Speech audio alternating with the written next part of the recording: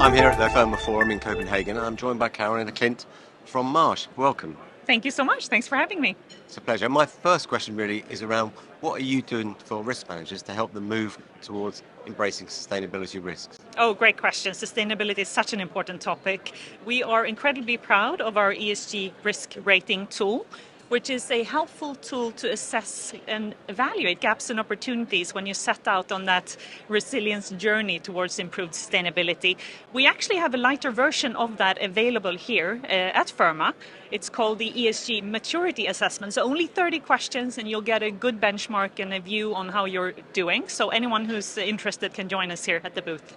Okay, thank you. Obviously there's a lot going on in the world at the moment. I mean, how do you see risk having sort of changed in wake of the pandemic? So I think the view on risk has changed quite a lot actually after the pandemic, and I think the world has become more complex.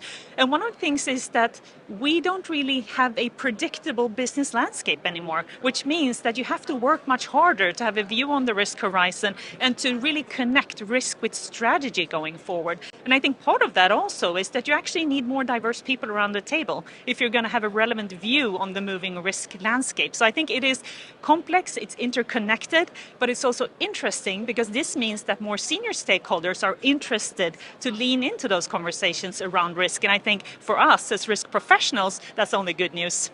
Okay, and obviously we're also facing quite a lot of geopolitical challenges. Again, how are they sort of influencing sort of the risk landscape? Yeah, again, it's around the complexity, right? Because it really impacts things that came with the pandemic, vulnerable supply chains. You see really the inflation being exacerbated now with the geopolitical friction that we see in the world. But also I would say companies that have multinational businesses really need to pay attention to the changing regulatory landscape and what countries are doing, because that might impact their operations. So it just become more complex.